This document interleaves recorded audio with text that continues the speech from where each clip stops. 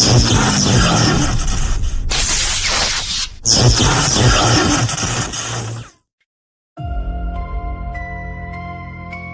the shadows of the underground, where every riff tells a story, and every note leaves a scar.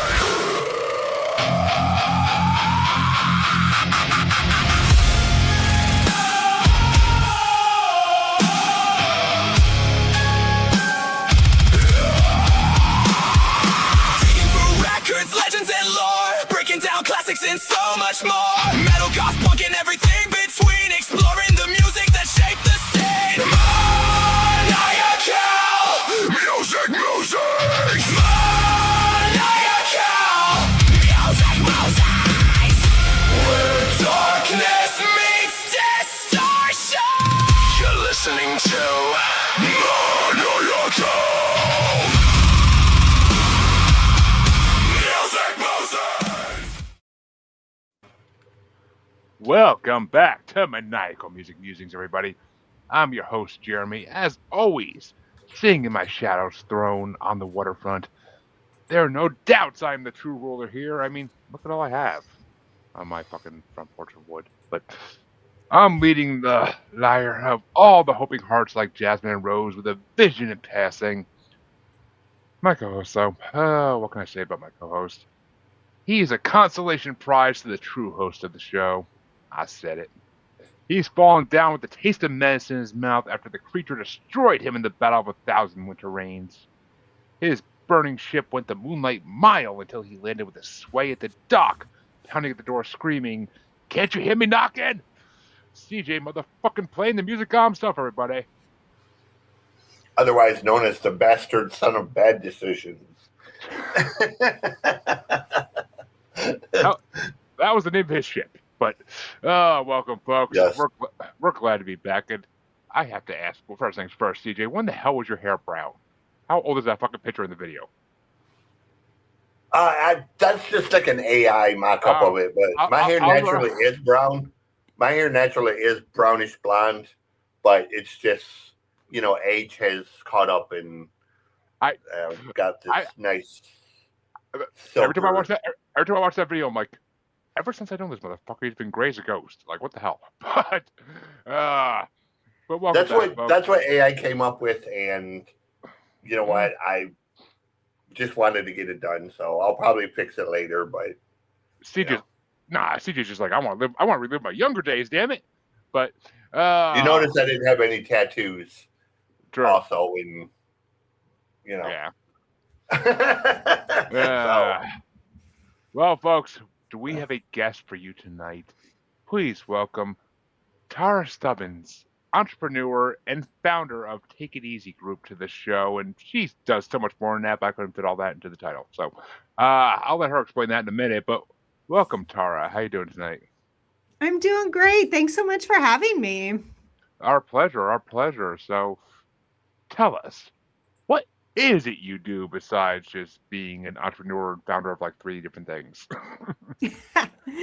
Yeah, not sleeping at night, the typical founder. I'll tell a quick background of kind of how I got into what I do.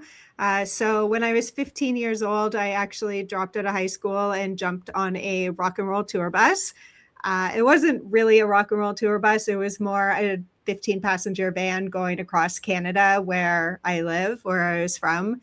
And, my mother wanted to...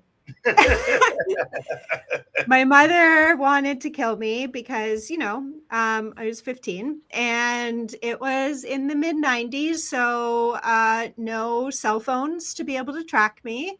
But I did it. And I did it for the whole reason that I really wanted to be in the music scene, but have zero musical talent. You can see a guitar behind me, but when I play it, it sounds like a dying animal. Not great. Can't sing.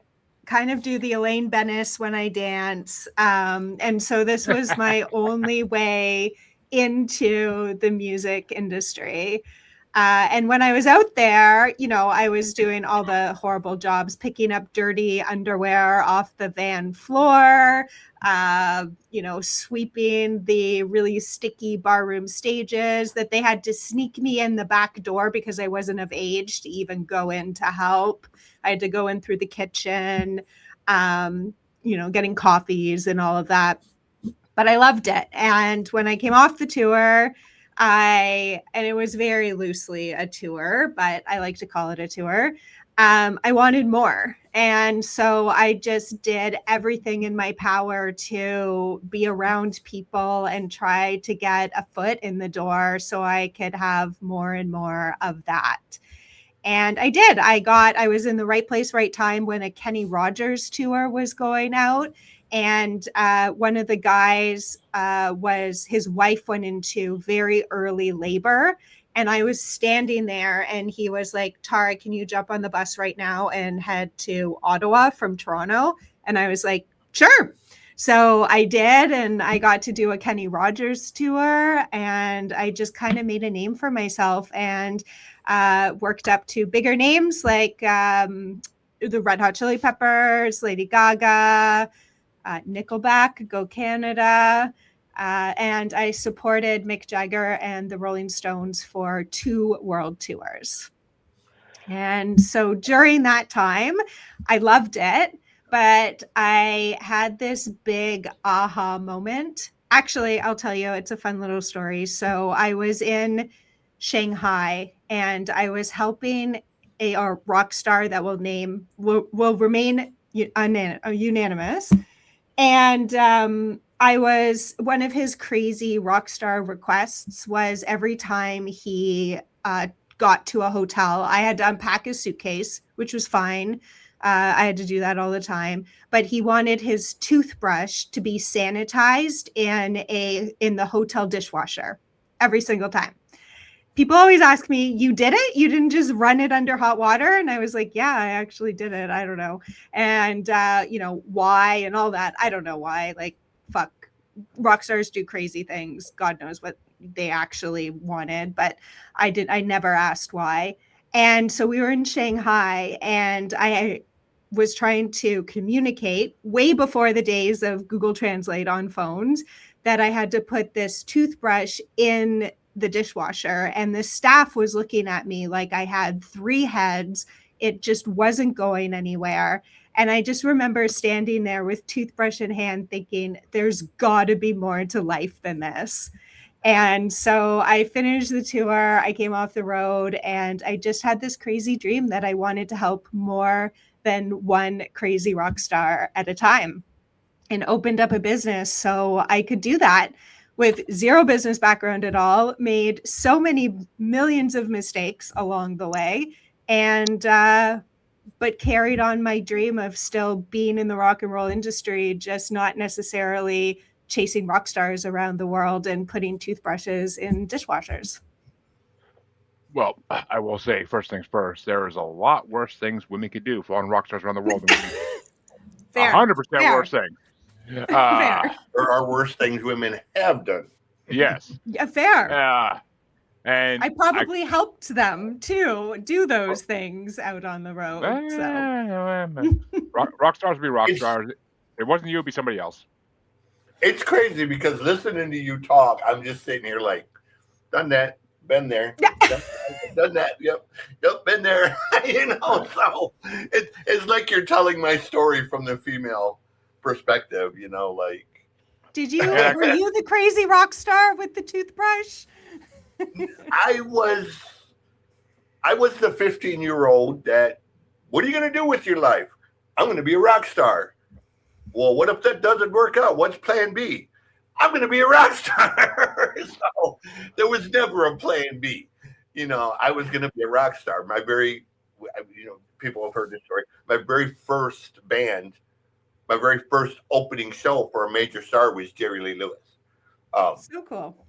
So, I just went from there, and I've had major losses and major successes, and now I'm 55 doing my own thing, and I've got the scars and the stories to tell, about some of my favorite rock stars are absolutely amazing, and some of them I wouldn't That's so stomp on if amazing. they were in fire in the middle of the street. Yeah. So, And I'm sure we've probably crossed paths somewhere along the lines and with some of the same people, so. I'm sure we have. It is a very small world.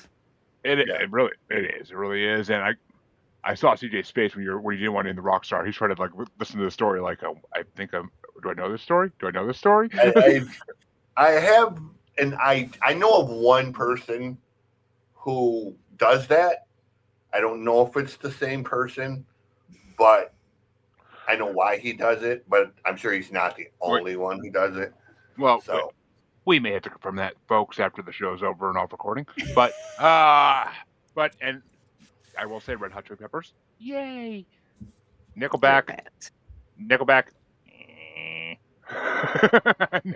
and thank God no one's about Nickelback on the show. Thank I was engaged to the old drummer of Nickelback, the one that got thrown out of the band, roughly at the same time that I decided not to marry him. He had a bad year. Apparently, but and I gotta ask this before we get going into the music. Actually, Canada touring with artists. Did you ever cross paths with Swollen members? Yeah, of course. Any good Madchild stories? I don't know. You know how many NDAs I have signed over the years? I am 100% sure Madchild would do that with all the crazy shit he's done when he was on drugs. So, yeah. And normally, I'll say this. It's not the artists that make you sign the NDAs. It's the stupid labels and the publishing companies. Oh well, yeah, because they don't want to lose they don't want to lose their star to a big story. So yeah, in the 90s when I first started, there was no NDAs. Like it was just well, it still kind of is the Wild Wild West, but it's turned a lot more corporate now. But yeah, there was nothing. It was kind of like a handshake, and you won't tell anyone, will you? No, of course not. So, but then, the lawyers got involved. Yeah, because in the day of internet and TMZ and all that stuff, they had to be more careful. But exactly, back then there was no social media, so back then something happened. It became local lore. It wasn't a freaking national story, but. Exactly. I remember the first time when like cell phones were actually a thing, and one of the crazy girls, who would come backstage, we would actually have to remember, we have to take your phone and give it to the security guard. But, a few tours before that, no one had a phone, so we wouldn't even have to think about that. So remembering like, there's this thing of the phone that people are carrying, and now we have to take it away from them. So, there's no proof of what they're doing. Yeah, I am so glad I got out of the major part of it before there was social media, because let's just say we were X Games and Jackass long before Jackass and X Games ever existed. So somewhere there's a picture off a disposable camera of CJ Ryan camel naked. We don't know why, but I've told you before, it was not a camel, it was an alpaca. What city was it in? That's a joke.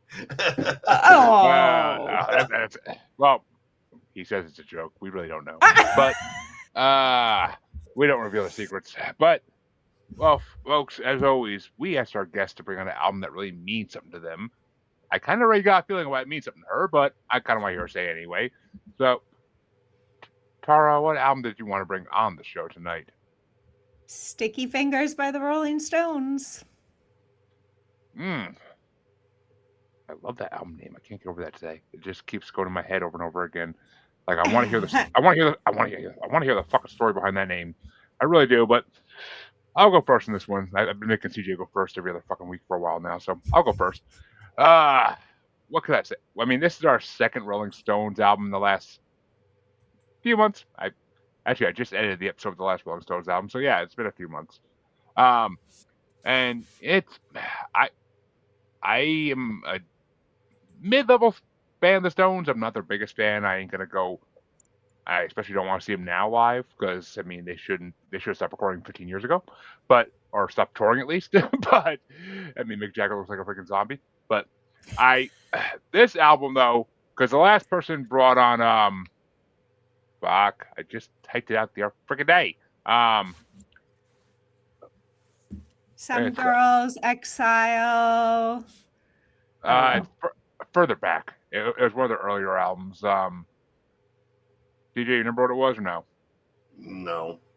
You know me, dude. You know how I feel about the Stones, so yeah. Pay as little attention as possible. Well, I'll put it this way: it wasn't Sticky Fingers. Sticky Fingers. I think it was their third. I think it was their third record, if I remember right. It might have been Exile on Main Street. That was it. That was it. I need to hear the Main Street part to actually have it click. Yeah, it was Exile on Main Street, which was a decent album, but not. It's not Sticky Fingers. Sticky Fingers is the album where I think where the Stones really hit their mark, and I'm not gonna say I love this whole album. It brought me back to college. It brought me back to college because even though I was in college 30, 40 years after the Stones were huge, the head of the dorms that I worked in the dorms, and the head of the dorms was a huge Stones fan, biker, everything. So he used to play like the same 10 Stones songs he had on his computer on repeat, like nonstop. Some of them on this album. So this brought back a lot of memories. This album definitely did. And I heard some new songs I never knew existed that I freaking loved. So I feel like the Stones hit their mark on this album, and it's way better than Exile on Main Street. Exile on Main Street was okay, but just too early Stones for me. I like this when they knew they were headed to the mainstream and this shit, so they just fucking took this album and wrote out with it and did their thing. And some of the songs are too R&B bluesy for me, but I found the songs I like. I definitely have top 5, but what can I say? It's the Stones. I mean, there's really not much you can say. Everybody knows what the fuck the Stones are. It's not like we're trying to introduce a new band here to the world. So they've been around for double my lifetime, so for freak's sake. So they're still touring, I'm pretty sure. So that's the scary part. But trying, yeah. Trying. I mean, Mick Jagger will have to be brought in a wheelchair pretty soon, but if he hasn't already, I'm pretty sure he already has. It's crazy. The insurance will only insure them for about 3 weeks out on the road, and then they have to come back and do medicals before they're allowed to go back out on the road again. So that's why you see very, very short Stones tours right now, just like a few cities and then a break and then a few more cities. Oh, so you're still in contact with them, huh? Oh, yeah. She's like, yeah, I got Mick Jagger on speed dial. Come on now. But that'd be awesome. But yeah, okay, CG, I'll let you get your piece out of the way because I know how much you love the Stones. Yeah. I don't love the Stones. I don't hate the Stones. Stones really are a band to me that they've just kind of always been there. Are they my favorite band? No. Would you ever hear the term, hey, let's listen to the Stones come out of my mouth? No. Are there songs by the Stones that I like? Yes. Generally, I end up liking covers of their songs more than the original versions. But on the flip side of that, the Stones have been around since 1964. In and of itself, I respect the fact that they are 70 years into their career, man.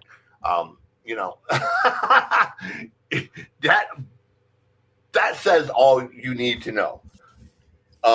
In a world where you think that when the bomb hits, you're going to have Shane MacGowan, Lemmy, and Keith Richards. Keith is kind of the last one standing. The Stones have been everywhere, done everything. So they get my respect out of that, but not really a band that I listen to per se. If I'm listening to a greatest hit something or another, say Rolling Stones Top 500, and a song comes on, I don't turn it off. But like I said, I also don't search my record collection for Stones records, So, of course, it's a respect thing with the Stones. So, kind of like, okay, Totally. they're there, they exist. There are a lot of bands that were around when they were big that I respect and I like, but I never would actively go listen to. I mean, it's all stuff that's just been overplayed throughout the year so much that you know all the songs that are popular. And I mean, but like then again, you listen to this album and you hear some things you never heard before, and you're like, oh, okay, this is cool. But well, we'll get into that. We'll get into that in a second because here's the fun part. If you had to pick a top 5 of this album, what would be your top 5 there, Tara? Yeah, I have a top 5, but I want to say that one of the reasons why there's a couple of reasons why I love the Stones. One is it was, probably one of the biggest bands that I ever worked with.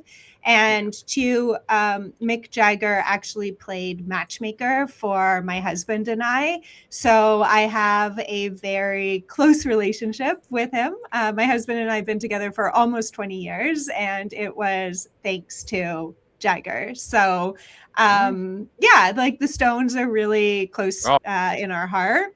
That makes sense. I have to say though, the really like popular songs that are played all the time, some I like, but they can get really old and really boring because they are just like overplayed all the time. And the Stones actually only play, in the later years, they only play a very select few songs on tour because that's all they can get to sound good. All the other songs they can only get to sound good in studio.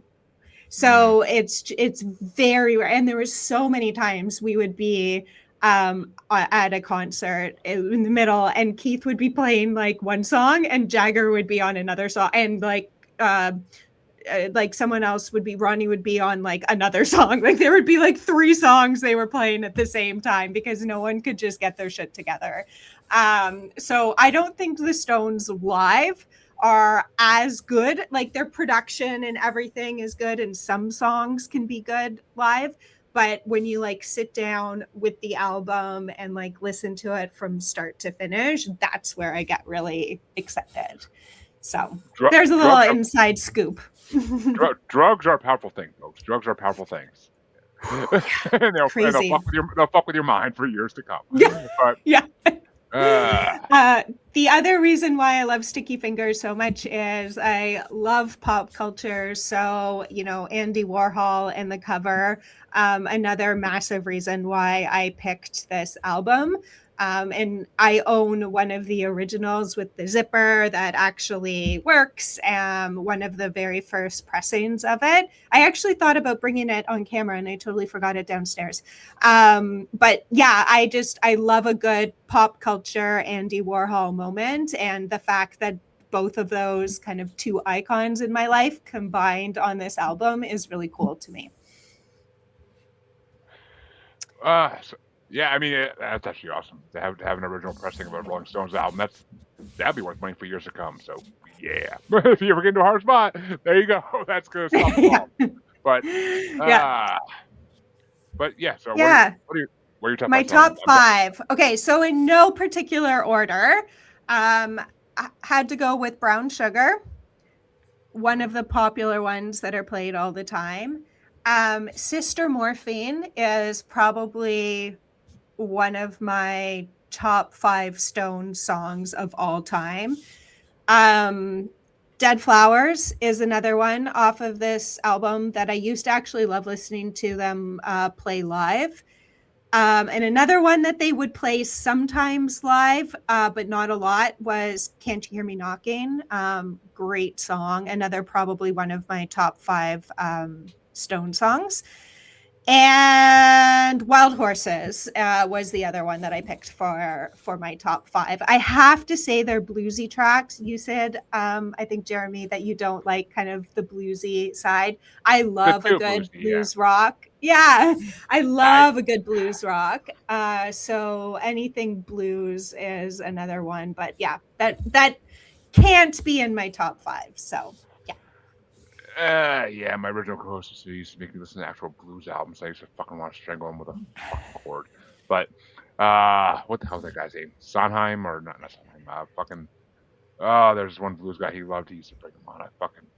It was literally like what you picture of blues. You picture the old black guy singing in the bar. Like that's what this guy was. He's famous. He's a famous fucking artist. I can't think of his name for anything right now. But he just, I love a good like BB King. Yeah, just I'm a big fan, but I love the influence of the Stones in like the blues rock genre. So, and you can hear that a lot on Sticky Fingers. Sunhouse. That was the guy's name. Sunhouse. I can't stand that fucking guy. But too depressing and too slow for me. But like I said on this album, I had some I had top 5. I mean, I put Wild Horse at number 5 because I mean that's a song I've known for years and years, and it's classic. I mean, it's just Wild Horses is an amazing song.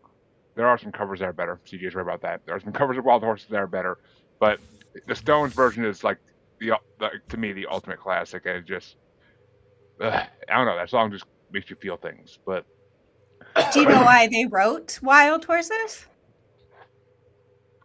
I could guess 1,000 things, and probably none of them are right. But something that's on the tour bus, I couldn't tell you. But it was because they didn't want to be on the road. They were always longing to be off the road, but then on the road. And so, yeah, it was very much of a road song, which I feel like is like an anthem to my life. So I don't want to be on the road, but I want to be back on the road, but I don't want to be on the road.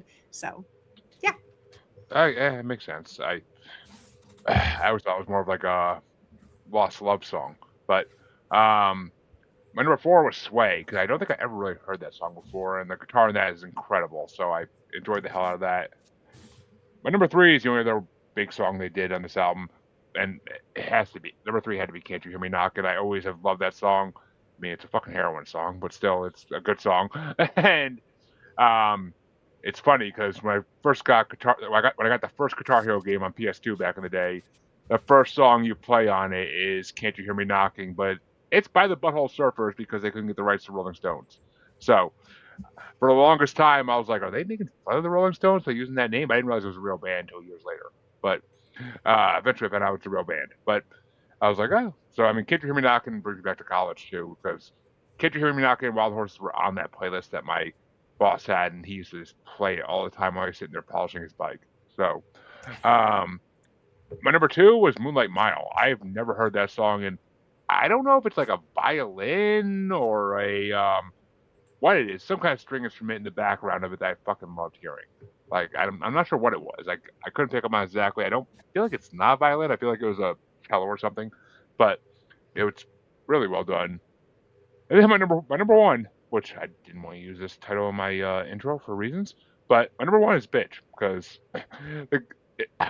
I like a good jazz rock combo in a song, and they kind of melded those two perfectly in that song. So, and the tempo is just incredible. That song keeps you like going. It keeps you entertained. So, I would love to see that song live. I don't know if they ever performed it actually, but I'd love to hear that live.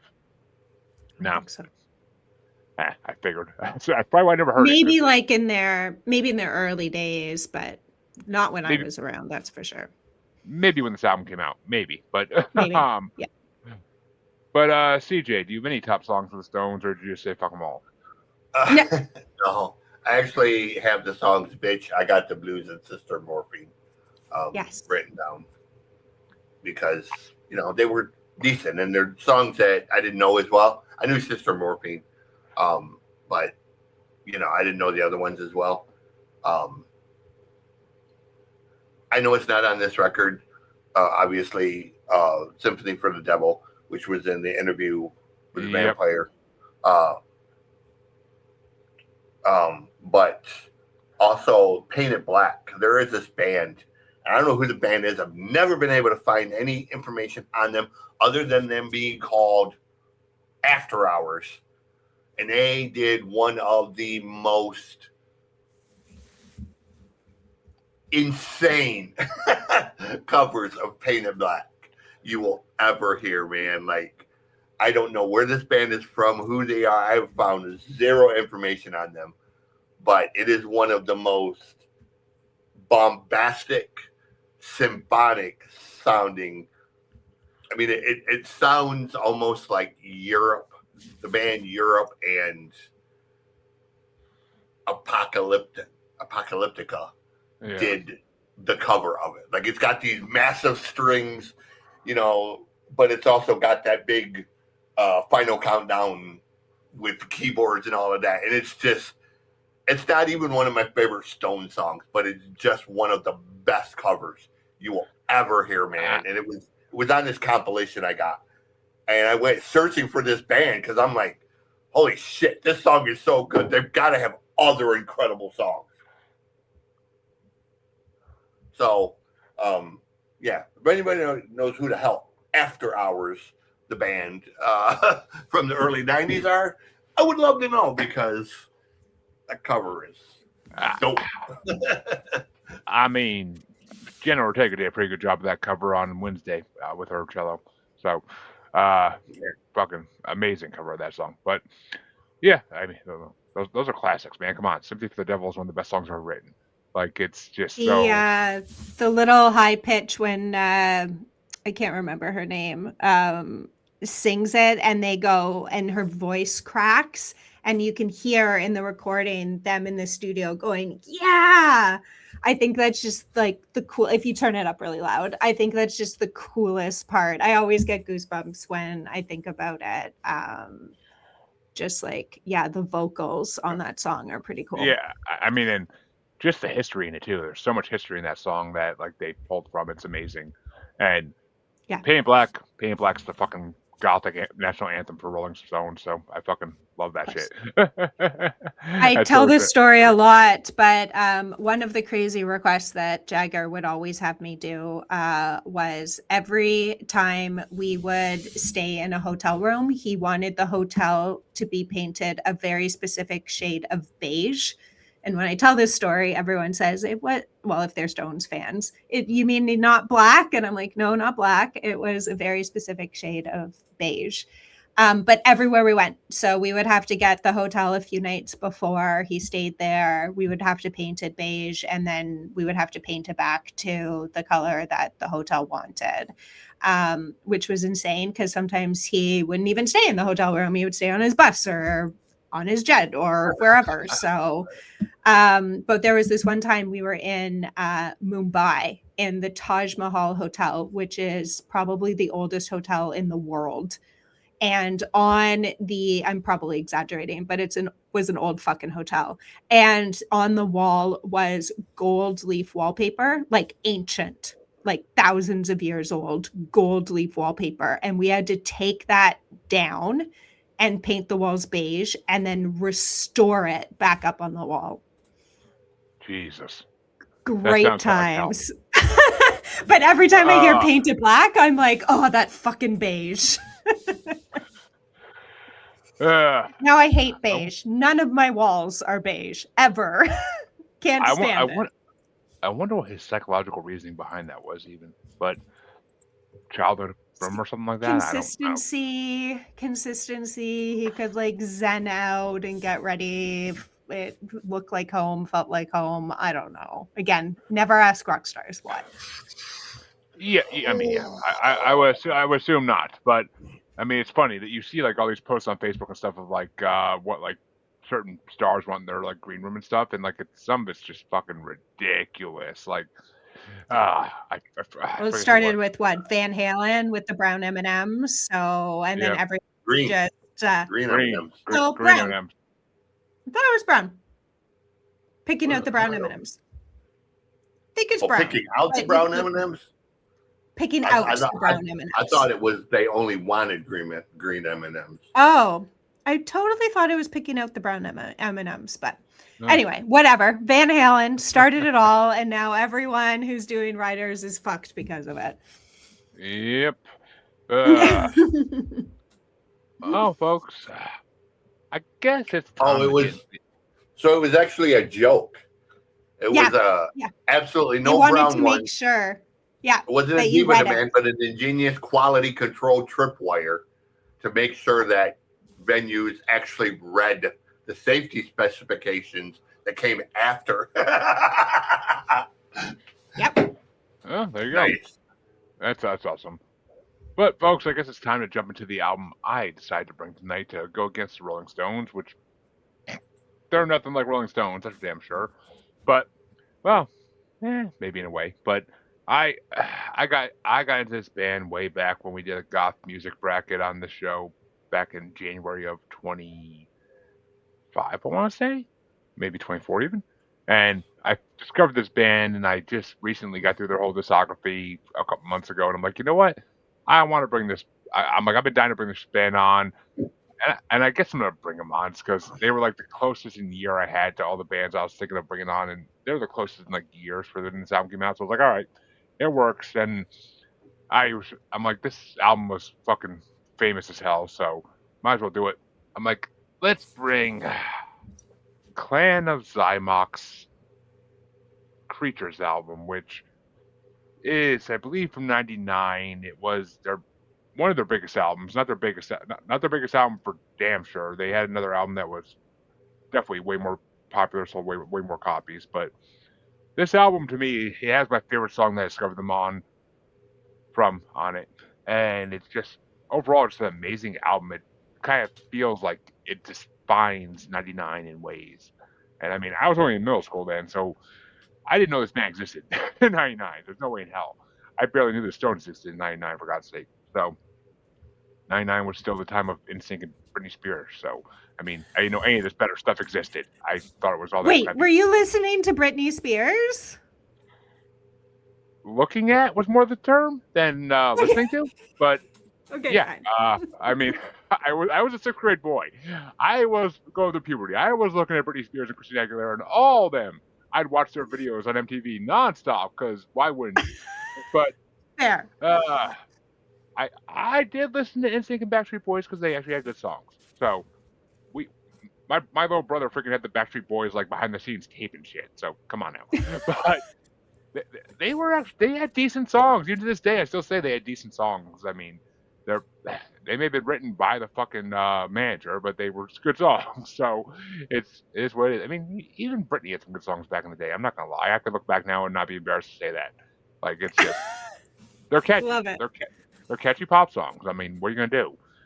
Taylor Swift has 1 or 2 good hits out of her fucking 50,000 songs. So I can't stand most of her shit, but there's 1 or 2 songs where I've heard a lyric and I'm like, you know what? I like that lyric. Like I get that. I get where she's coming from. So, but Clan of Xymox, I was not this darky and gothy back then, but over the years, life wears you down, and you can kind of relate to a lot of things they say. So, I love this fucking album, and I thought maybe it's time to bring Clan of Xymox onto the show. There's gonna be more of them coming on eventually, because why wouldn't there be? They have like 10 more albums, I think, at least. So they've been around for a long time. They've been around for a while, and they're still somewhat putting out records. Not really as much as they used to, not as much as other bands in that genre, but they're still around somewhat. I don't know. Clan of Xymox to me is just when you want to pretend you're a vampire, that's basically what you listen to. So that's in my mind. That's what it is. Like it's if you want to go to a club and pretend you're a vampire, you put on Clan of Xymox. So, which is what they did in the late '90s with this band, I'm pretty sure. So. I wouldn't doubt they were in one of the Blade movies too. I wouldn't doubt it, but I don't have that information off the top of my head. But I don't think they were ever in the Blade movie. Really? I could see that fitting perfectly. Well, Marvel made bad decisions in the '90s. What can I say? But they finally got it right in 2008. But they made bad decisions in the '90s and the '80s and the '70s. But we're not gonna. This isn't a Marvel podcast. So. What did you think of Clan of Xymox, Tarra? Is this your first time hearing them, or? It was my first time hearing them. Definitely not my genre, but I appreciate all music. My husband is still in the rock and roll industry. He's very into music. He actually is out with Guns N' Roses right now. So I made him listen to it with my me. condolences.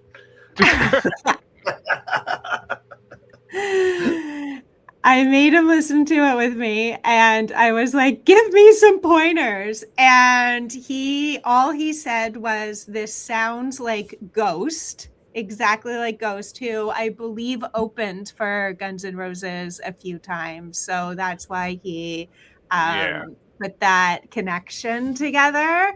I do have to say, I'm a huge fan of like punk music, and a lot of this kind of reminds me of like with the punk influence. And when I started actually looking into it and researching, I saw that they were like kind of right before kind of punk really took off, especially in Europe. So they were kind of on that like cusp of kind of creating punk almost, which was kind of cool.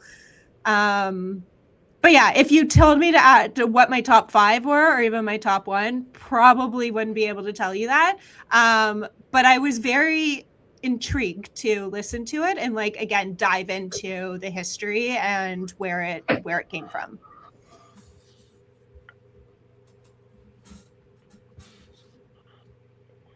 I mean, as I kept saying in the goth bracket we did, this is the type of music that you see the goth kids on South Park like dancing to. Like that's what I picture it as. Like in the little scenes they do where the goth kids are in like the alley, like they put on some music on boombox and they're dancing to it. Like this is kind of like that type of music. Like it's club music. That's really what it is. It's like goth club music. That's all it is. And they even say like all their music is danceable because they like it that way. Even when they change styles up like halfway through their career, when like enough of the band members left, because the lead singer's the only one that's been there the whole time. Everybody else always ends up leaving and getting replaced. So yeah, did I read that they've had 15 band members over the years? More. That sounds about right. I know. After every album or every other album, like somebody would leave, maybe to go to another band, maybe just because they weren't going to make it out in that industry. Who the hell knows?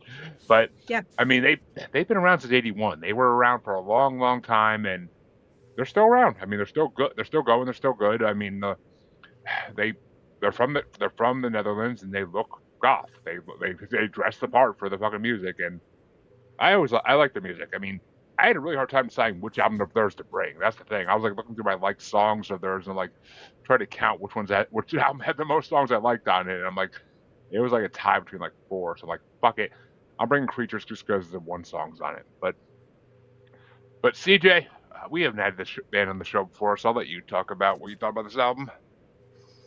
So Clan of Xymox is a band that I got into almost at the very beginning of their career. I worked at Cedar Point in '89. In '90, had a girlfriend who was sort of the alternative. I don't want to really call her goth because goth is such a word. It was much more of like the dark wave, romantic type stuff. But she was really into Bajas, Clan of Xymox, Depeche Mode, Nitzer Ebb, that kind of stuff. We went to a concert that summer. Depeche Mode did their I can't even think of the name of it. Songs of Devotion, I think it was. Had Nitzer Ebb open. Clan of Xymox actually played a couple of the shows. So I've known this band since day one, pretty close. Really great band if you like the style of music, but definitely an acquired taste, I guess, if it's not your normal genre. I'm shocked that Jeremy missed the fact that they are one of the biggest influences that Marilyn Manson has. I was gonna get to that shit, motherfucker. You know what? That's okay. No, I won't spoil. Yeah, like I don't hear any ghost in them because ghost to me just sounds like Bon Jovi, and my brain can't get past the satanic look and then the fucking, Born to Be My Baby music. It's like, I see ghosts and I'm expecting like Iron Maiden, King Diamond, and we get You Give Love a Bad Name, and I'm like, what is this? They're on my list. They're on my list because my coworker's a huge fan. I like Clan of Xymox. I am very much into, if you've heard my debut record that I put out a couple months ago, it's very heavy on the synthwave, EDM, dark wave, retro type of vibe. So this is one of the bands, along with like Latex Teens and bands like that I'm. Cell Dweller is my big. Clayton is just an absolute genius. So, I like this band, and I've always liked this band, and I mean, to me, they're like my second favorite goth like synthwave band. I kind of put Sisters of Mercy a little bit above them, but they also were around for a lot shorter time than this band has been. So people want to say the Mission is goth synthwave. I'm like, it's really not. It's darker rock, but it's not synthwave. They only did that for like an album or two, then they switched to rock. But it's Clan of Xymox stands in a brand their own. Like, and I was going to get. All right, screw it. It's not for my top 5 anyway, so I'll get to it now.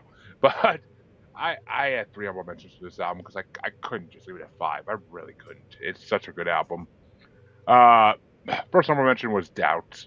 And the main reason is it's a good sex song, and that to me is always an appealing factor in any song, is if it's a good sex song. So the beat and the melody are perfect. So Taste of Medicine was another honorable mention I had because I love the bass, and I love guitar around the chorus, like when they hit that bass around the chorus, like that perfect tempo. It's just like magical. And Creature, the title track from the album, it sounds almost like it should be in a horror movie. Like, I love there's the aesthetic to it that's like a creepy horror movie track, and I fucking love that. Like, it's perfect. I'm a huge horror fan, so that I like that kind of like almost feel to it. Kind of the same reason I like Rob Zombie for some reasons. I can't explain all the reasons, but I like him for some reasons. And then my number 5, this one doesn't get you a motherfucker. Waterfront. It sounds like a Manson song, but it predates. Well, actually, this album doesn't predate Manson, but they sound like that, like in all their albums going back to '81. So Manson was a huge fan of Clan Xymox. I read his biography. I fucking know that he was a huge fan, and he wanted to be like them and all the other bands that were in that genre back then. So. Yeah, and you could tell, like, Waterfront in '99 sounds like a Manson song in '99. It sounds like something off Antichrist Superstar, like one of his slower songs. So, my number 4. What about 9 Inch Nails? Do you hear any 9 Inch Nails in them? No, not really. 9 Inch Nails is more industrial. They're more industrial and more like screeching. Not even on the first song. I heard 9 Inch Nails, but maybe that's just because. Okay, well, 9 Inch Nails is just pure craft work. Like just chaotic noise and keyboards, and I'll hit that right now because my number 4 is the first song, Jasmine and Rose. That's what got me. That's what got me into Clan Xymox, was that song, because it was the song they had on the bracket, was Jasmine and Rose, and it's like, honestly, it's one of their most goth sounding songs is Jasmine and Rose. Yeah. And do I hear 9 Inch Nails though? No. I think we've just had 2 9 Inch Nails albums on this show in the last like 6 months, and 9 Inch Nails is so much heavier and so much harder than Clan Xymox is, like with the guitars. But like a little bit of 9 Inch Nails. I can hear the Manson, but like. No. I think of 9 Inch Nails. I think of 9 Inch Nails. I think of Closer, and fair. I hear like I could hear like maybe a little of like that techno, like industrial sound to it, but you're looking forward if you're hearing it. I think you're looking forward if you're hearing it, because it's. I mean, they're both bands that goths love. I'm not going to say that's not true, but it's just 2 different diverse aspects of goth music. I think it's club music versus just singing in a room headbanging music. Like that's what it is. Like it's a difference. I mean, they're more techno almost than Nine Inch Nails is. Nine Inch Nails is closer to Manson than they are Clan Xymox. That's 100% for. Yep. I mean, obviously because of Trent and Manson working together for so long. But Yep. my number 3 was All I Have. I fucking love that song. Same with number 2, Constellation. The lyrics in that song are fucking incredible, and the dark tone is really good. And then my number 1 has to be Falling Down. Like that song wasn't even on my like list on Spotify the first time I listened to this album. But hearing it again today, I was just like, oof. I'm like, this song's actually fucking brilliant. Like, it's just so dark and depressing and sad. I kind of like it. Like, ICP did kind of a similar song, like back in like 2013, 2014, but it's really good. It really is just such a good fucking song. Like, I don't know. When I'm having dark days, Clan Xymox is one of those bands that just helps with that. Like, they just, you hear things that make you feel the same mood you're feeling, and it kind of lifts your mood because you're like, I'm not the only one. So that's where Clan Xymox comes into me. So, did you have any top 5 for them at all there, Tara, or no? I had 0 top 5. Yeah. I failed. I failed the assignment. No. You listened at least. We had people not even listen because they're like I ain't listening to that. And it's just I had to listen. I listened. Oh, yeah, I took notes. I read up on the history of it because that's just who I am. I mean, I could definitely tell. I could definitely tell you did. You listened to it at least. But okay, I love pushing buttons. If you haven't, like people's buttons, if you haven't noticed already, and seeing what type of reaction I get. What about Clan of Xymox compared to, or do you hear any The Cure in them? Yes. Slightly. Yes. A lot. Robert Smith is highly influenced by them. Yes. Yeah. Okay. We actually just did an 80s new wave bracket, and we're doing an 80s alternative bracket right now on our specials, and there's a lot of The Cure in both those categories. So I've been hearing a lot of The Cure over the last couple months, and they do remind me a lot. The Cure definitely sounds like Clan Xymox to some degree. I mean, yeah, they had their own sound. They were more depressing and sad, but they were. I could definitely hear the influence, though. I could definitely hear the Clan of Xymox. Clan of Xymox influenced more bands. Listen to Cure songs that aren't on the top countdowns. Stuff off of like Head on the Door, and 1000%. Pornography. There's a lot of Clan of Xymox in the Cure's sound in those. It's darker. It's much more depressing. CJ, songs like Arab. Do you not know me? Do you know how much pornography I listened to in my life? Jesus Christ. I'm just saying. It's The Cure is one of them bands. I've said this before. The first time I heard them, it was at Cedar Point. My roommate Bryce is literally Robert Smith's doppelganger, and he came in and he put it on. And me at the time, I was a massive metalhead. I was playing in a thrash metal band. I was into the heaviest shit. And he put that on, and I thought, the fuck that is horrible. What in the fuck are you listening to? Bro, that's just terrible. And he goes, you're just not in the right frame of mind. And I'm like, bro, there is no frame of mind on this earth that is appropriate for that. That is terrible. And then I came in one night, I was exhausted.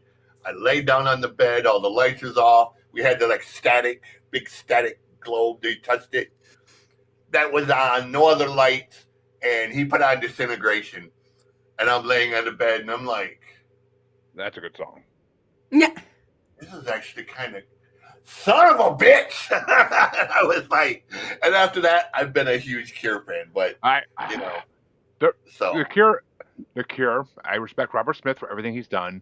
I mean, he defended the Earth and beat Mechagodzilla. Or Mecha Strikes, I should say. But I mean, the Cure is hit and miss with me 100%. It depends on the song. There are songs of theirs I can't fucking stand, and there are songs of theirs. Some of their songs are just too whiny, too bitchy. But Other songs they do, I fucking love. Disintegration is one of them. I can't think of the other ones off the top of my head, but I've heard a lot of songs of theirs I really like, and it's hit or miss though.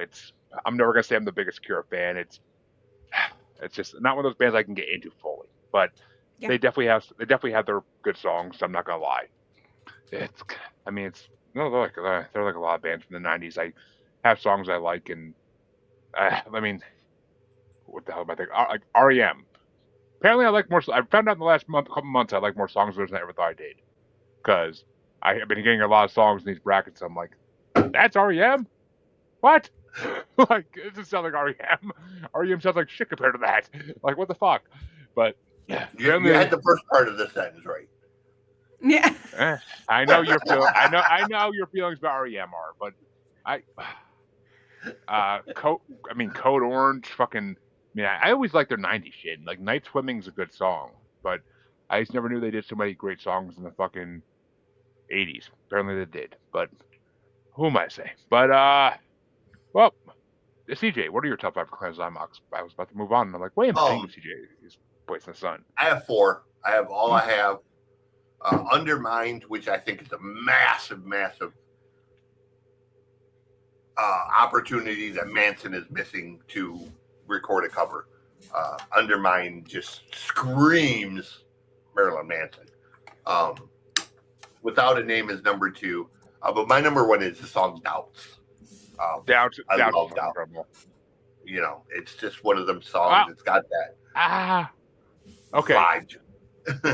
Now that you say it, Tara, I'm kind of sitting here hearing Doubts in my head, and I'm like, you know what? Doubts and Closer are kind of similar. They're both good sex songs. Like, I'm kind of hearing it now. Like, I'm sitting there thinking about it. I'm like, wait a minute. They are similar in nature. Fuck. She's right. Don't tell my wife I said that, but that's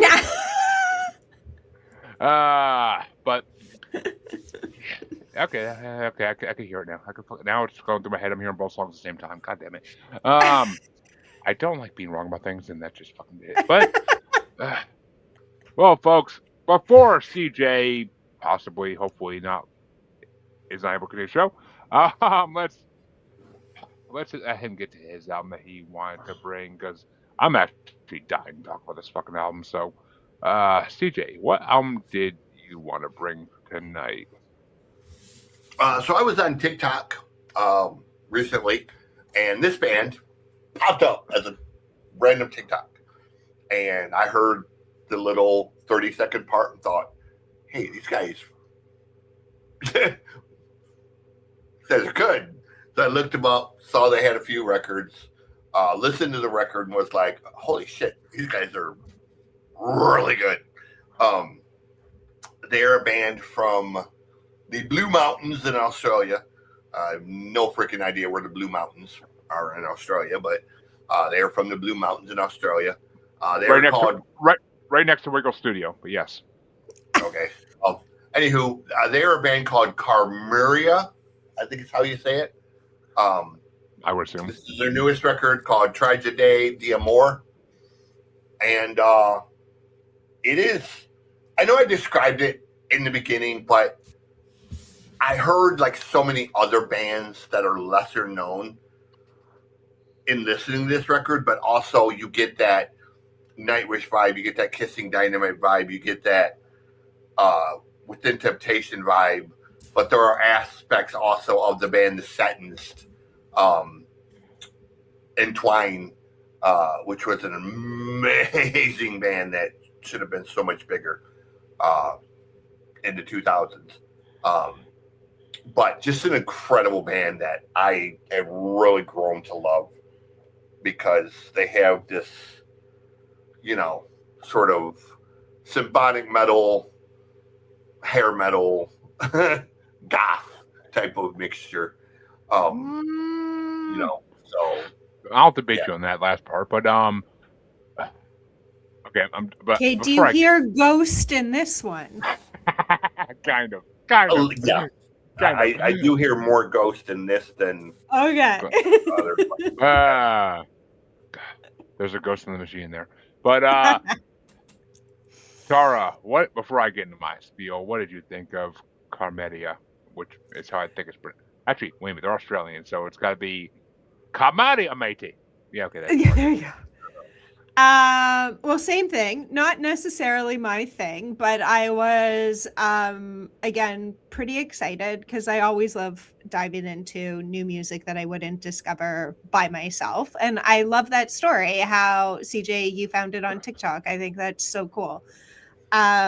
And then, yes, I found out that they're from Australia, and I actually went to university in Australia years later after I decided that I was going to go back to school. But it was mostly just an excuse to go to Australia.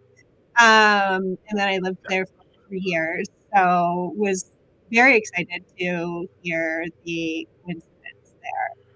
I went to Australia one time, but it was for a much different reason. I got on a plane because I am obsessed with Kevin Bloody Wilson. And he never comes to the US. And I wanted to see Kevin live. So I flew to Perth, Australia to see Kevin Bloody Wilson live. And it was one of the most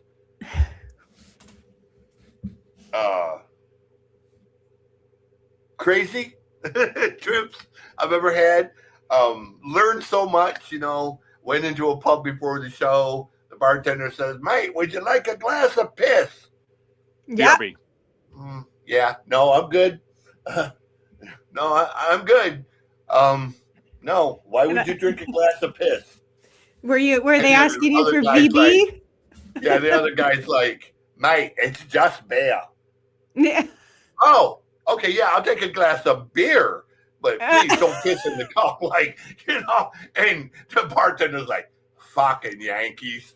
And I was like, "Look, dude, I'm American. Like, if you ask me if I want a glass of piss, no." But it was a fun trip. Dodging all the things that want to kill you there. Yep. I've got bit by a couple of those. But I got to meet Kevin. I got to meet his daughter, Jenny. His daughter's a performer. Her name is Jenny Talia. So, yeah, right? How fitting that his daughter would sing the same songs from a female perspective.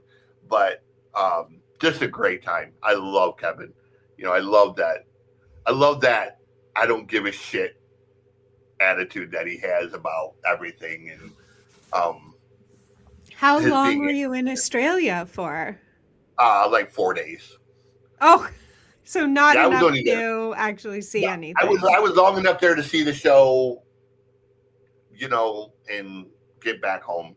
I didn't go there to stay or anything. I don't have friends there or anything, so I just wanted to see Kevin because he never comes to the United States, And I feel like you picked the longest flight. Like he must go to Europe somewhere, but no, you picked. He tours in London sometimes. You know what pissed me off is I flew to Perth, right?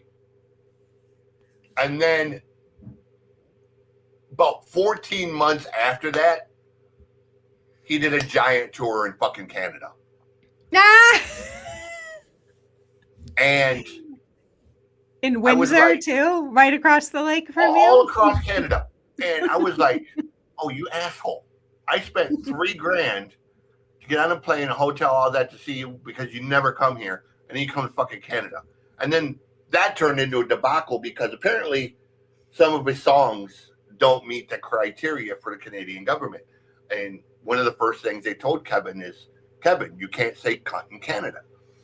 So he literally wrote a song called "You Can't Say Cunt in Canada" and then performed this song at every single show. And he become one of his biggest hits. Love it. Yeah, so that's why I love Kevin, because Kevin just literally thumbs his nose at everything you tell him not to do. Like his songs, Dilligaff. Do I look like I give a fuck? Dilligaff. And, it's just, he's one of them guys who comedy's become so sanitized and safe that he's one of the few guys that still kind of just thumbs his nose at. Yeah. Doesn't give a fuck. Yeah. Yeah. you don't see real blue comedy much anymore. And the fact that he does it with music is great. So, but anyways, yes. We got off on a tangent about Australia, and I heard. You were making my 1-year-old smile here by hearing your voices. But yeah, I think I was saying about my top 5. So no, I don't have. I heard Ghost in it as well. But I also, and you're gonna kill me for this, probably, but we have a really good friend who plays in the touring like Christmas band Trans-Siberian Orchestra. Okay. Oh, I've got tons of friends in that. And I heard, well, maybe it's the same friend. And I heard a lot of TSO in this. Did you? Yeah. Are you going to kill me because of it? No, I agree that style is in there. Yeah. Hearing John Olivia in anything is never a bad fucking thing. So I mean, come on now. Well, John's not in TSO though. Or what? His brother? No. The rest of the members of Sabotage are, but John doesn't perform with TSO. I'm friends with Jeff Soto. Friends with Dino Jalusic, Al Petrelli, who's the guitar player. Dino and Jeff. Jeff's been with them for. They have 2 touring bands. Yeah, they have East one that does the East Coast and one that does the West. Yeah. So I'm mostly friends with the West Coast people. Adriana is part of the West Coast now. She joined last year. But TSO, some people really hate it. They call it like too commercial, and I don't like. They're just you don't like. How can you hate TSO? Like, what the fuck's wrong? But a lot of people do, so that's why I was like, "You're gonna kill me." But yeah, I heard a lot of TSO. I wanted to put up my Christmas tree when I was listening to this album. As Dwight Schrute once said, "This is Christmas music." Yeah, I mean. Right? People really underestimate the genius of Paul O'Neill, like how great of a writer Paul was, and not just a writer, but as a producer and a performer. Paul, when Jim Steinman died, Paul took up the mantle of Jim and just kept on going. And, there are very few songwriters who can perform like that still. You have your Andrew Lloyd Webbers and whatnot that do the Broadway stuff, but in the rock genre, there are very few that can do the Bat Out of Hell type stuff, or the TSO type of stuff, or stuff like that. Tomas from Nightwish is the only one I can think of even. Yeah, he does it. Avantasia. Avantasia does it. Oh my God! Tobias. There's a few. Yeah. There's a few. Like I said, that still do it. But they're few and far between. Tobias Sam is a fucking god of metal. But that's what I'm saying. They're few and far between that can write. Devin Townsend is one. Devin is just Devin. Like, I say that all the time, and people's like, "Why do you say that?" Because if you've ever met Devin, you'll understand that Devin is just Devin. He doesn't try to be anything other than what he is, which is this quirky, off-the-rails fucking genius who can do the heaviest shit and then turn around 10 seconds later and be performing Fantasia by Disney. And he's a crazy son of a bitch who can write an album about an alien looking for the best coffee. Yeah, that's what I'm saying. Like, Devin, there's no way to describe Devin other than just saying it's Devin. Nobody does what Devin does. He'll write records to make you laugh. He'll write records to make you cry. So yeah. But I feel like I've taken us off on a very large tangent. We are the kings. This is what we're known for. We're the kings. We're the kings of sidelining everything and going off the rails. Anyways, Jeremy, your turn. Your thoughts. Well, CJ knows my love for symphonic metal, so when he brought this, I knew immediately what I was going into. But just by the name of the fucking album, I knew what I was going into. But I'm listening to it, and I'm like, hearing the guitar and hearing everything and the drums, and I'm like, this is fucking pretty awesome. And then I hear the voice, and I'm like, who invited the boy band that wanted to be metal? That's all I heard. I'm like, this is like in sync with metal. Like which in my mind is not a bad thing. It's I I recently got into Dominion, however the fuck you say it. Dominion. Yeah, and they remind me a lot of Dominion. They remind me a lot of them. Like their song, like they're not the symphonic metal where they're doing like a lot of the rough growls or anything. Like they have those in there sparsely, but they're not like leaning on those like a lot of other synth metal bands do these days. They completely clean vocals. You can understand 99% of what they're saying, which is great compared to other shit I've had to listen to. Yeah, that my old co used to bring. It's amazing, but I enjoyed them. They're a really good band. I definitely add them on my like list of Spotify, and I followed them because I want to see what the hell else I can hear. I want to hear their other albums because they. I'm not gonna say they're like the best synth metal I've ever heard in my life. They're not. They're run of the mill generic synth metal at best. That's symphonic metal at best, I would say. Like they're run of the mill. Like they're right there with 25 other bands in the middle, but they're good. They're good. They're not bad. I've heard a lot worse symphonic metal in my life, so they're not bad. They are at least they keep you entertained. And the guitar, I don't know who the fuck the guitarist is, but the guitarist is, but he's fucking incredible. I think the guitarist is female, actually. That's the bass player. Oh, okay. I'll get into that in my top 5, trust me. But because I looked her up, she's fucking incredible. But I mean, all the instrumentalists are fucking amazing in this band. It's just the lead singer's voice just kind of throws me off a little bit. I mean, I guess if you want to go back to medieval times and have like the bard singing, that's kind of what it sounds like. So I get that. Yeah. It works. It kind of reminds me of that band you brought in a couple weeks ago that was actually performing at Renaissance fairs. It kind of reminds me of that. So, which isn't a bad thing, but overall, I enjoyed it. I like a lot of their songs, so I'll get into that in a minute. But what are your top 5 for this album, CJ? Because I'm about to get my nuts chopped off if we don't get this done with. Number 5 is Whispers of Forgiveness. Number 4 is Thorns. Number 3 is Immortal. Love that keyboard. The song that I saw the video of is my number 2. That's called Leading Liar or Lear, however we say it. There's a video for that? It was just them performing it. Oh, okay. That's the one. When I heard it, I thought, holy shit, this sounds like Kissing Dynamite a little bit. Like it has that sort of 80s melodic style, the vocals. They don't have his annoying ass voice, but yes. But and then my number 1 though is The Hoping Heart. There's something about that song that I just dig. It sounds to me, if you know anything about this band called The Sentenced, it could totally be one of their songs. And the thing about The Sentenced, the singer was very dark and sardonic. His songs were, if you didn't know better, you would think he was suicidal all the time. Because he did songs like The Comfort of a Grave, My Home, My Hearse.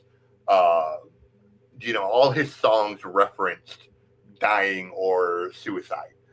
But that was just his dark sense of humor that he wrote these funny songs. And The Hoping Heart has that sort of morbid. That morbid. It has that tone that he had for that band. So it would have been a perfect song for The Sentence. Okay, 1, you got to bring that band on the show sometime. 2. Oh, I will. 2, Tara, did you have any top songs for this one?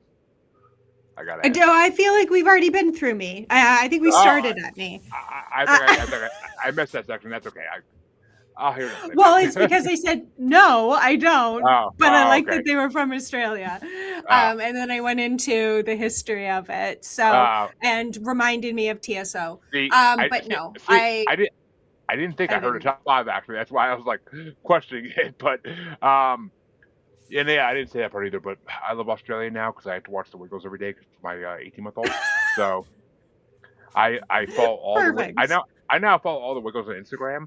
And I'm a huge fan, and I actually crush on a few of the Wiggles. But What can I say? I always laugh because my husband, he's been touring for a long time, and he has all his like backstage laminates. We have them framed in order of all the tours that he's been on, and I think it was actually the Stones. So he did the Stone, like a whole bunch of like country tours and whatever, and then he did the Stones, and then it's Barney. And then like the Stones and like wrestling and Guns N' Roses and U2, but like the fact that Barney is in there, it just makes me giggle. I mean, I probably made more money for Bernie than all the other ones combined. Oh God, yeah. You know what he said? He says that the people in the costumes were all little people, and he said that they partied like harder than the Rolling Stones and like anyone backstage. Like the shit that went on backstage at Barney was like the most rock and roll shit you could even think about. Well, see, that's the funny thing is the Wiggles actually have a real band that performs. And most people I tell this like what? I'm like, yeah. I'm like, Captain Feathersword and the Wiggles have a real band they perform to. And I will tell you this from watching it so much, because my wife pointed it out. Captain Feathersword and Anthony, the oldest Wiggle that's been around forever, are hung like horses. Nah! You can see it through their pants you can see it through their fucking pants on the Wiggles, according to my wife. But now I have to go watch the Wiggles. Yeah. I mean, Captain Feathersword is built like a brick house. I mean, if you watch videos of his actual band that they all are in, like he comes on stage looking like a fucking motorcycle punk guy. Like without his power costume, he's fucking like buff as shit. Like it's amazing. Like to see the difference between night and day. But then again, once you're on their Instagram, you kind of get it because you see like all their like pictures of them in their actual real lives. But so for Carmeria, I had 2 honorable mentions because this album was fucking pretty incredible. A Vision in Passing, my first honorable mention. That was a really good song. And the second one was 1,000 Winter Rains because that fucking guitar solo. Because I watched the video for that and I'm like, what the hell is that noise? I had to go watch the video, and the one guy bust out that guitar and started jamming out during that solo. I'm like, oh, I love a good guitar solo. That makes sense. But Leading the Lyre was my number 5. There's something about the sound of that song that just fucking like draws you in amazingly. Number 4 is The Hoping Heart, because that is a freaking very catchy song, and it makes you... I thought it was going to be higher. I honestly did, but... My number 3 is Immortal, because I watched the video after I listened to the song, and I was like, yeah, this song's fucking bomb. And then here you go with the bass player. My number 2 was Burning Ship, because the bass player, Emma Louise Nagy, I don't know how to fucking pronounce her last name, but her voice, because she actually sings on Burning Ship, her voice is incredible. I want to hear her be the fucking lead of a band. Fuck playing the bass. Fucking have to become a singer. But, and my number 1 was Shadow's Throne. Because there's so much emotion in all their voices when they're singing it. Like, there's so much emotion behind that song. I fucking felt it, like, to the end of the earth. So, I definitely want to go check out their earlier albums and see what the hell else they have to offer. I'm kind of hoping the first album they ever did was, like, a lot heavier. Like, I kind of want to hear them do a lot heavier shit. But, cause I can hear it. It's definitely there, but it's funny, CJ, because it's funny you say TikTok, because I was watching reels on Facebook the other day, and I heard this band called Kathy's Wake, and I never heard of them, and I kind of gotta go. Have you heard of them? I have, yeah. Oh, really? Mm-hmm. CJ, you too? Wow, I don't know how I've heard of them, but I have. Maybe they opened for someone. I've never heard of them, but I saw like a 30-second reel of their fucking music, and now I want to go. I wrote down their name because I want to go look into them.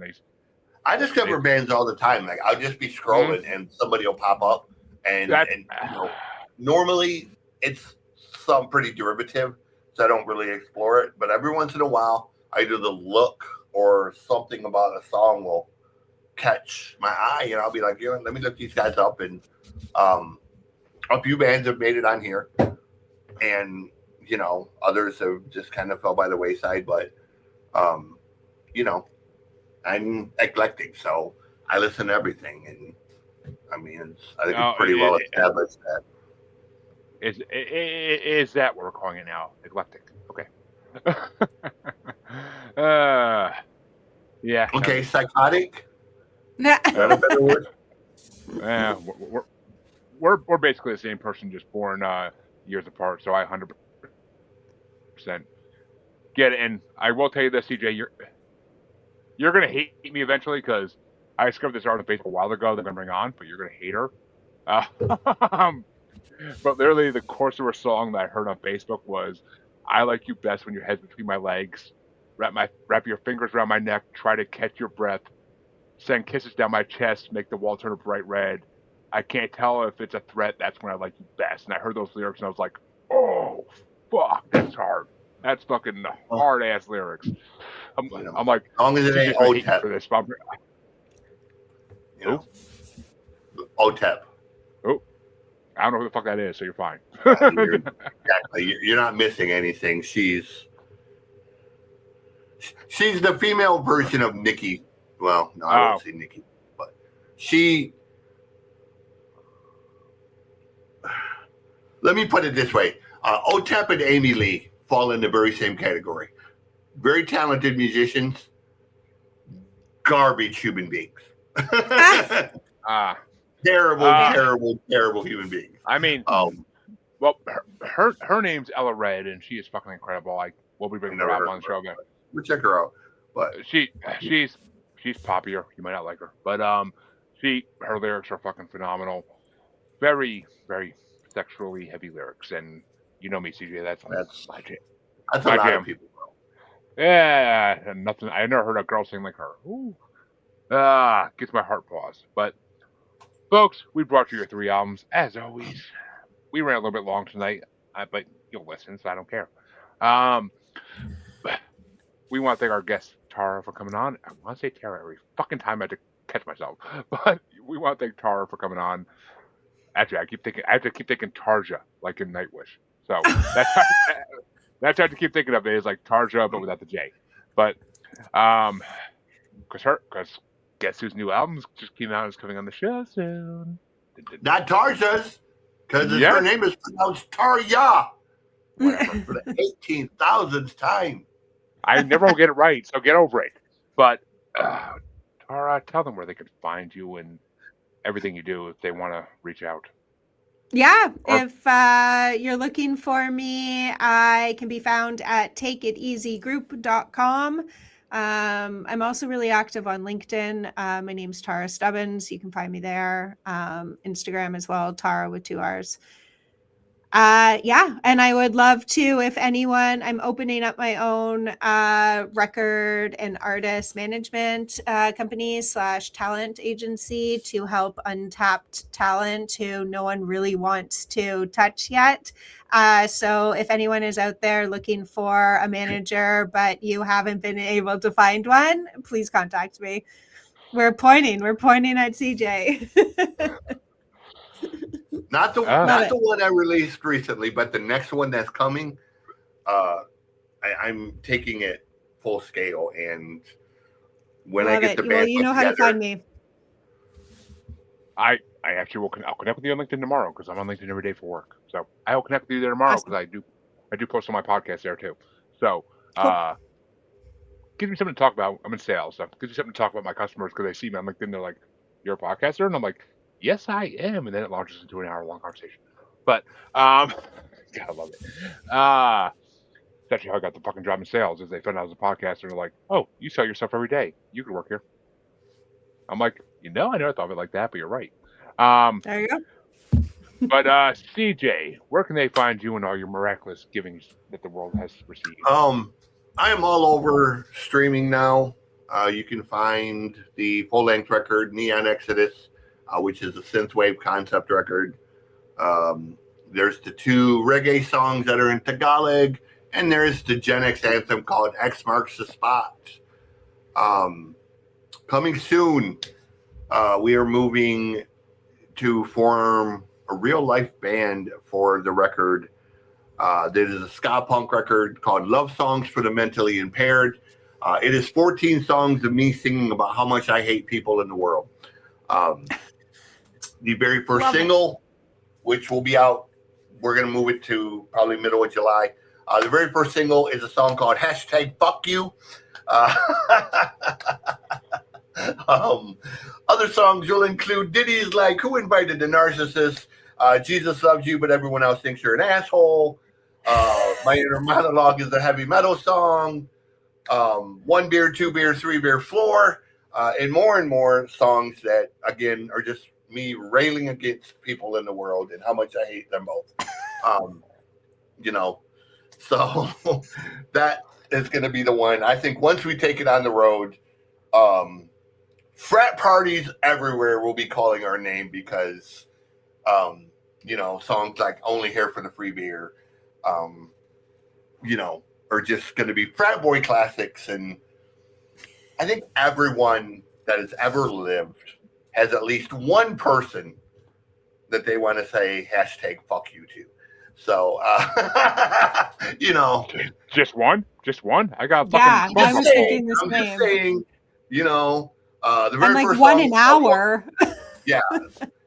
So every song, I guarantee you, every song on this record is just going to be a song that has viral potential because, it's songs about everyday stupidity that we deal with, that we want to bang our head against the wall over. And, PC says we can't because you'll get doxxed or you'll get fired. And me, I don't got a real job, so nobody can dox me. I don't care. So, you know what? I'm doing the Lord's work with this one. But other than that, I'm everywhere. Just look up Music on CJ playing. I've heard a lot of these tracks. He's in Lord's work. That's for damn sure. But and folks, the episode of this show where we talked about Neon Exodus drops in a few weeks. So check that out when it comes out. This episode will be out way after that, but whatever. If you haven't checked it out yet, check it out. You can find both of us, all Maniacal Music Musings, on Facebook as Squatchy Largefoot. You can find us on X and the Gram as @Juggalo Bastard. And you can find us on, of course, YouTube, Maniacal Music Musings. See everything we've ever done, every mistake, but it's all on YouTube as Maniacal Music Musings. Check us out there, and until next time, folks, keep it metal and have a good one. Until next time.